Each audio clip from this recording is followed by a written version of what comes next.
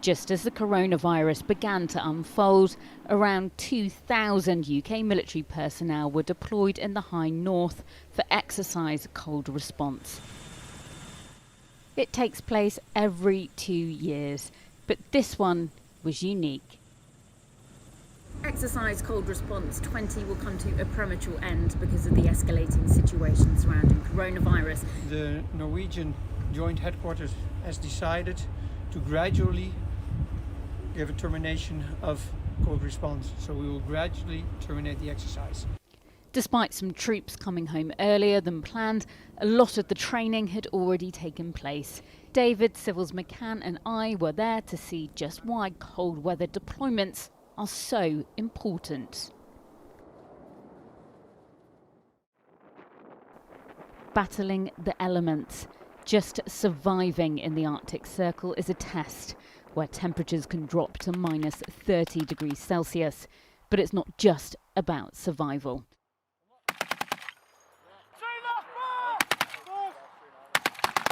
Three Commando Brigade, the Royal Navy's elite fighting force, along with Britain's allies, need to be ready to defend Norway in a crisis situation.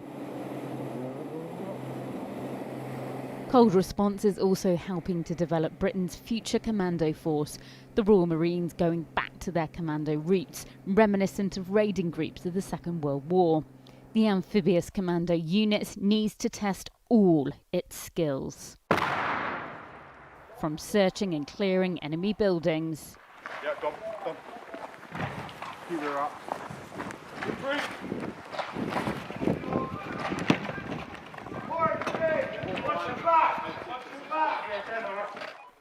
to moving people and equipment from ship to shore.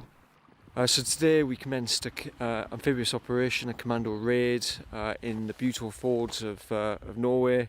And we're just establishing now. We landed about 06:45 this morning. We've got guys forward in observation posts currently trying to find the enemy, and we need to establish a headquarters location in order that we can support them and then bring in fires hopefully and then defeat the enemy.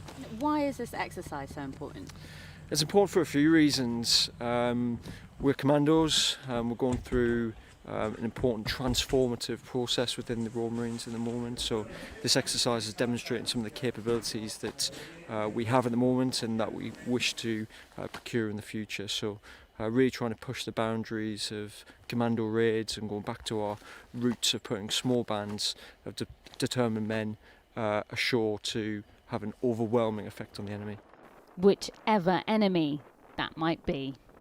Norway rely heavily on NATO in its defence, and if you are going to do a mission here in a crisis, you need to train. So therefore, it's extremely important for us.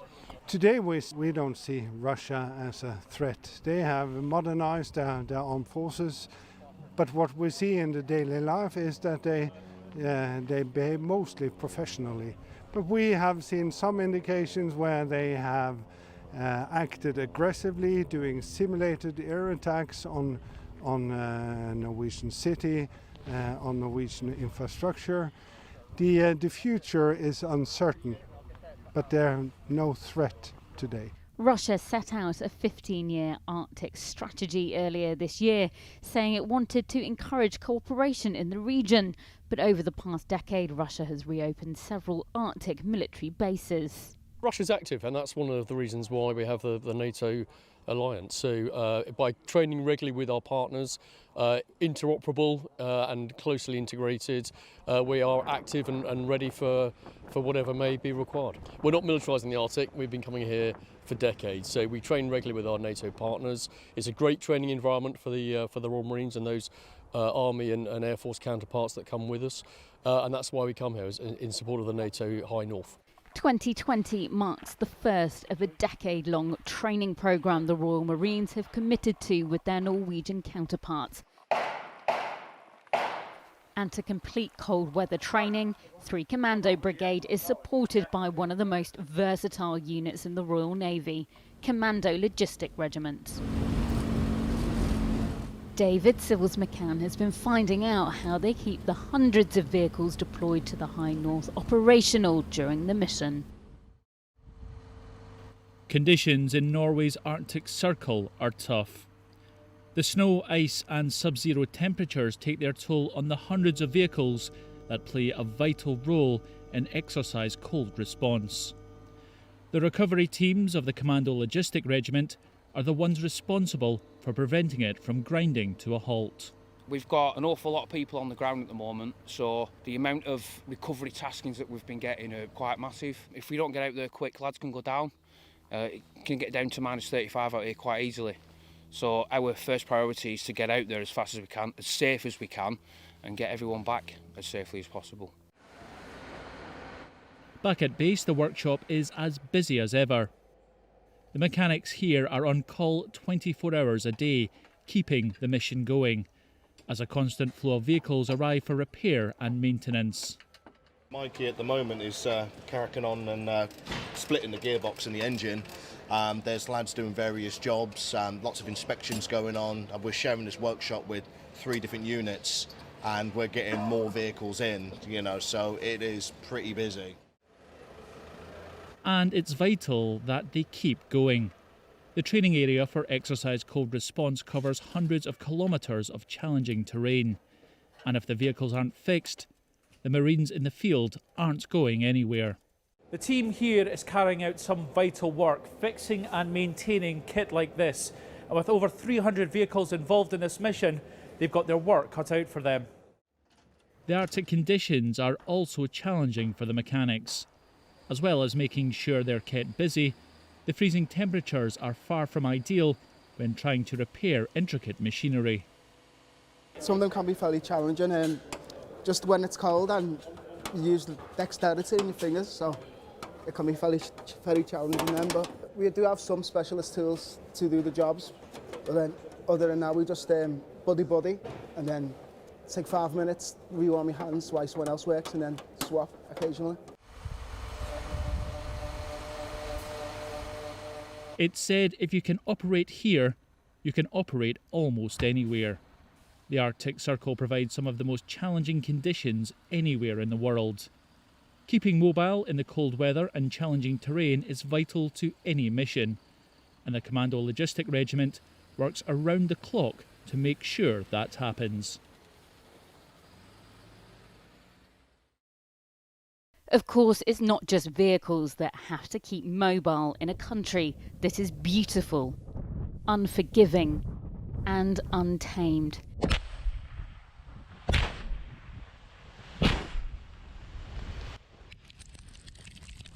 It's why not just UK military personnel, but thousands from the USA, the Netherlands, France, and other NATO allies train here as part of exercise cold response, in a region that's becoming increasingly more strategic. Forces from around the world were still grateful to get at least some of the exercise completed before COVID-19 shut it down. As well as 4 British Royal Navy vessels, the beating heart of the exercise is the Royal Netherlands Navy ship, the Johan de Witt, a 176-metre-long amphibious transport vessel. Johan de Witt has a number of key roles. Primarily, she's the afloat command platform. So on here we have the 2 battle staffs of the Command of the Land Forces and the Command of the Amphibious Task Force. But the ship is also carrying a large number of troops and vehicles, has the ability to offload those either via surface ships using the landing craft utility or via the Merlin 4 helicopters from the Aviation Task Force. So what we've been doing is using the Amphibious Task Force to conduct 2 landings on 2 separate locations to try and wrong foot the enemy during the scenario. So we've embarked commandos from 4-5 Commando Royal Marines and also Dutch and Belgian commandos from the 2nd Marine Corps group to land on the coast here in Norway, deep in the fjords, to cut off some of the enemy's advanced forces. Why do this? Because it's hard to do. It takes a lot of practice. It's good for working between navies, between nations, and it proves NATO's ability to operate up here in the extreme north.